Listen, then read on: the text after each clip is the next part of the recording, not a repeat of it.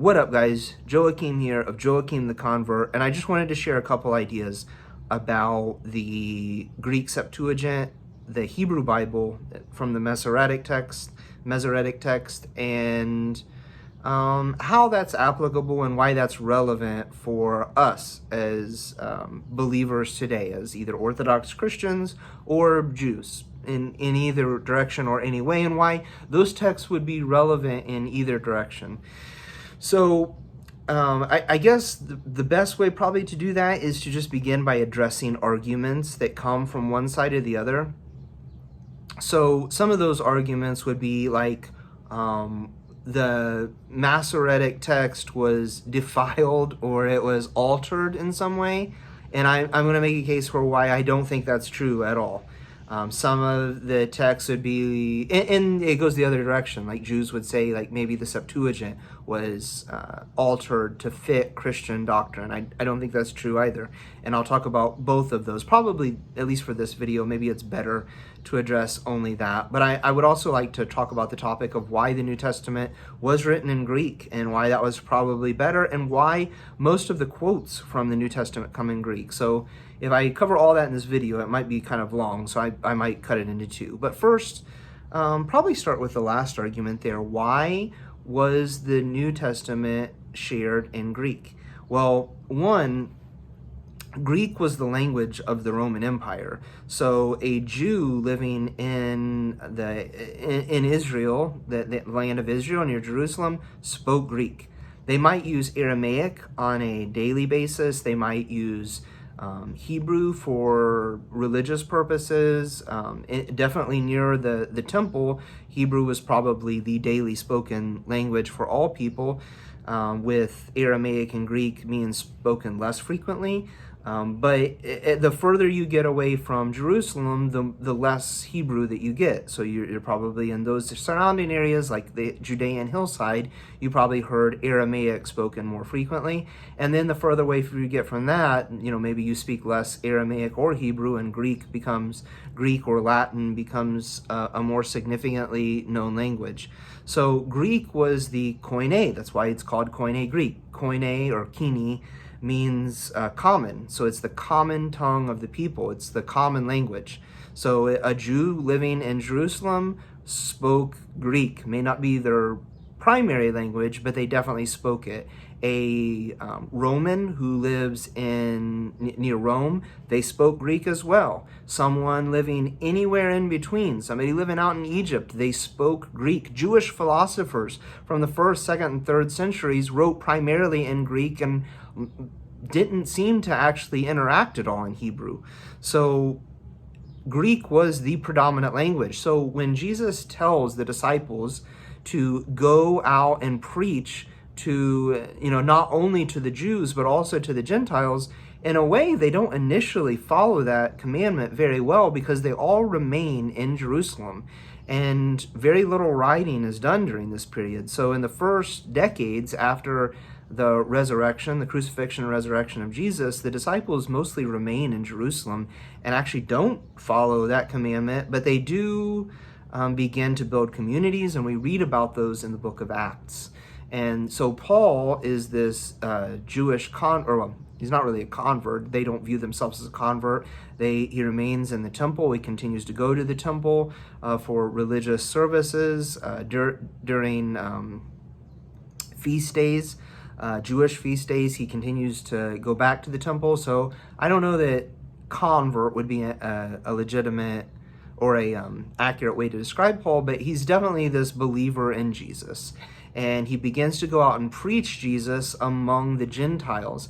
And so the first writings, I think, that we have come from him. So he would not write to Gentiles in Hebrew or Aramaic because they didn't speak Hebrew or Aramaic.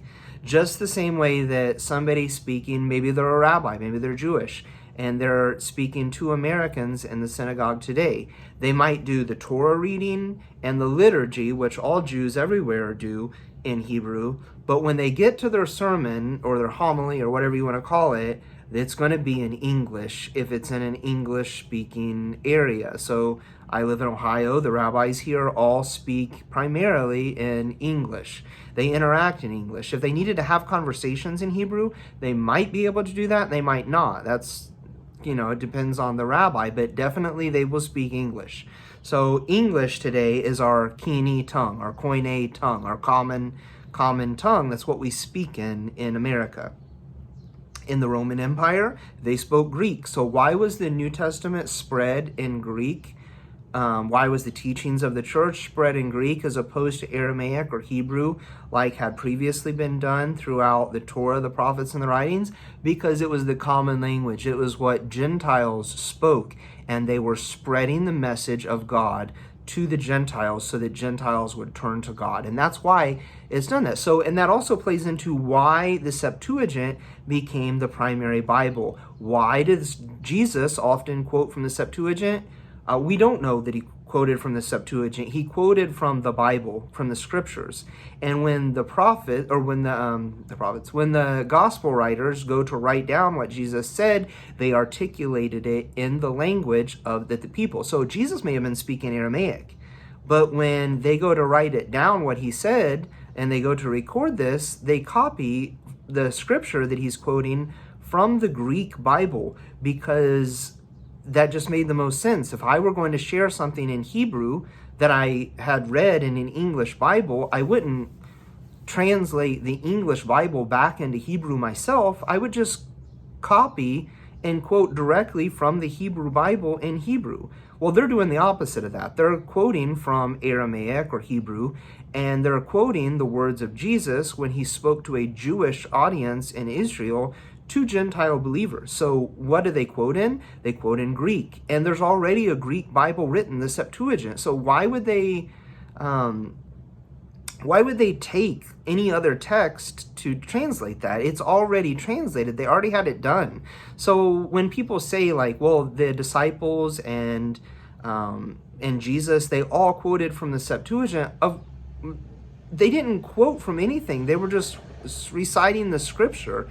When the disciples wrote the Gospels, though, and when Paul writes his letters to the churches, and the other apostles, they write letters, they are writing in Greek, so obviously they're going to quote from the only Greek Bible that exists, the Septuagint.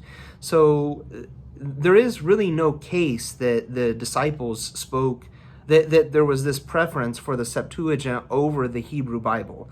The only reason they do that is because they're speaking Greek, and there's no other case made, at least amongst those very early disciples. They never state that even in writing Greek, sometimes their quotes line up more with the Hebrew Bible than they do with the Greek Septuagint. So I don't even know what you can infer from that, but I don't think that it's honest in any way to try to claim that the Masoretic Hebrew text that we have today was shunned because they were quoting from the Septuagint when they're writing in Greek. That makes no sense to me, at least, at all. So that kind of plays, all of these things kind of tie in together with each other. So we talked about like why the New Testament was spread in Greek, because it was the common language of the people. Why did the disciples, the apostles, Jesus, and the other people, why did they often quote from the Septuagint? Because they're writing in Greek. Not Jesus, he didn't write anything, but, that we know of, he didn't write anything. So when they quote Jesus, though, they quote from the Septuagint, because it's Greek. When I recite to someone the scripture, I say, well, John 1:1 says this, in the beginning was the Word was God, and the Word was with God, etc., etc. Well, no, it doesn't say that. It says anarchi en logos. so it carries on in Greek. That's what it says. I'm translating it into it. So sometimes you have to consider that when you're talking about a translation and how how that works, because the Septuagint is not the original text. The original text was in Hebrew, and the Septuagint is a translation of the Hebrew Bible. It was translated by Jews, and I think that it gives us a very good idea of how pre-first century Jews interpreted the scripture. So when the elders of Israel, the 72 elders of Israel, go to the Library of Alexandria to translate the Hebrew Bible into Greek to make what we now call the Septuagint, they translate passages, and probably the most famous passage is this passage among Christians and Jews and Christian Jewish debates, is the passage from Isaiah chapter 7 where it talks about the virgin. In the Septuagint, it very explicitly says the virgin. In the Hebrew Bible, it says ha'almah.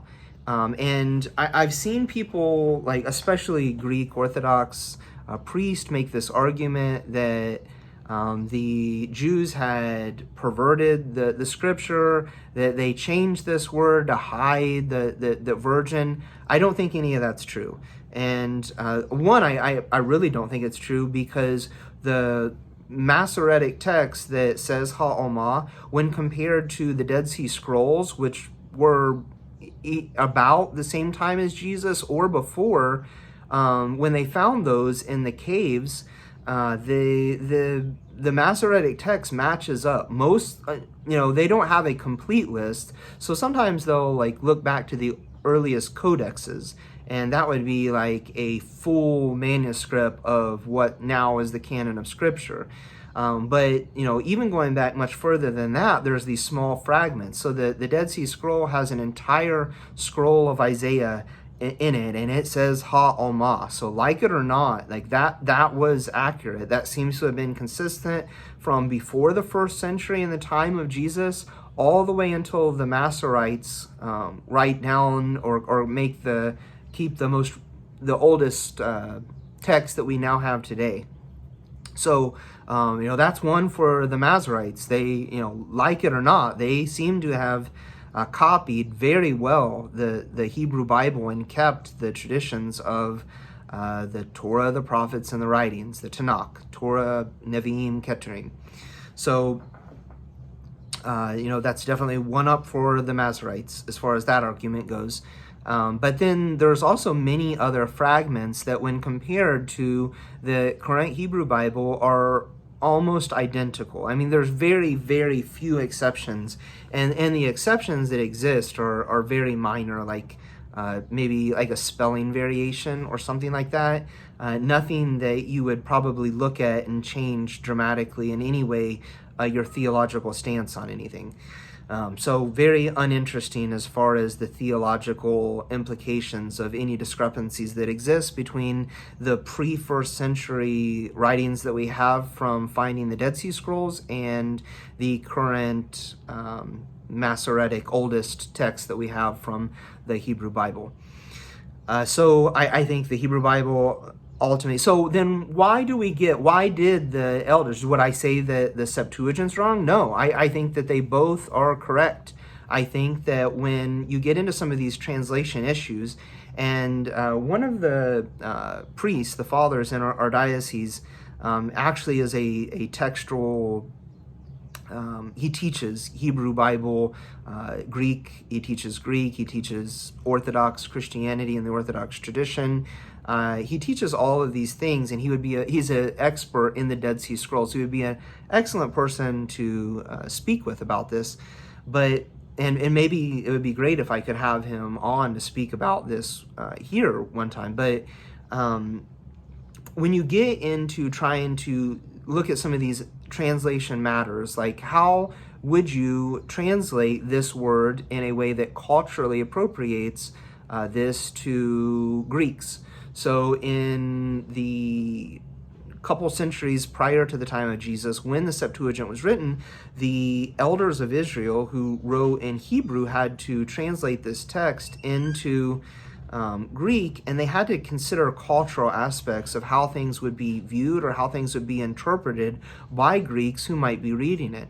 And that plays into how you translate words, because words don't always have a one-to-one meaning.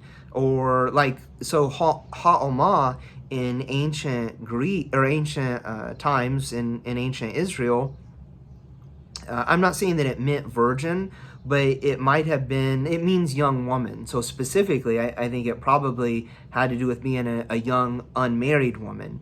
And if you're an young married Jewish woman, then unless you were engaged in something very wrong, you were a virgin. So even though the word itself didn't mean virgin, I think that a case could be made that it was implied by the very nature of the culture, of Hebrew culture, of Israeli, ancient Israeli Hebrew piety, that, you were chaste. And actually, there's another ancient text in the Aramaic. Syriac Aramaic is what we have now, and it's from the Peshitta, and it actually uses that word, chaste, a young chaste woman. So I think that also gives credence to this, because we really don't know how ancient the Peshitta is. It was primarily used and kept throughout Syria, and the records of how old and how far back the Peshitta goes is not really well known. So, or at least I don't know, I couldn't share it with you, but I think that their use of the word chaste woman gives even a third account of, we have this young woman who we know was described in Isaiah chapter 7 as, she's a young Jewish woman. So if she's unmarried, then definitely we would assume that she's a virgin, because, she's, young Jewish woman. So she's honoring the Torah and the commandments. So when they translate that into Greek, well, in Greek culture, that wasn't necessarily the case, especially amongst pagan Greek culture, which is what they were writing to. And in pagan Greek culture, you could be a young woman and it wouldn't even be necessarily shunned that you weren't a virgin. Like I know they have all these like traditions about cult virgins, but they also had a lot of cult prostitutes. And so I think if they're translating just young woman into Greek, it was not specific enough to describe what they were trying to detail. They actually needed to specify that, even though it may not have been a one-to-one translation as far as like young woman versus young woman, because a young unmarried woman in Hebrew Israeli, ancient Israeli culture did not have the same connotation and same message that would be sent if you said young woman to an ancient pagan Greek. So I guess that's really all the points I wanted to make on that. If you guys have any questions, I'd love to hear them. Please let me know, and you can post them in the description box below, or however you like to contact me. You guys take it easy, and I will talk to you soon.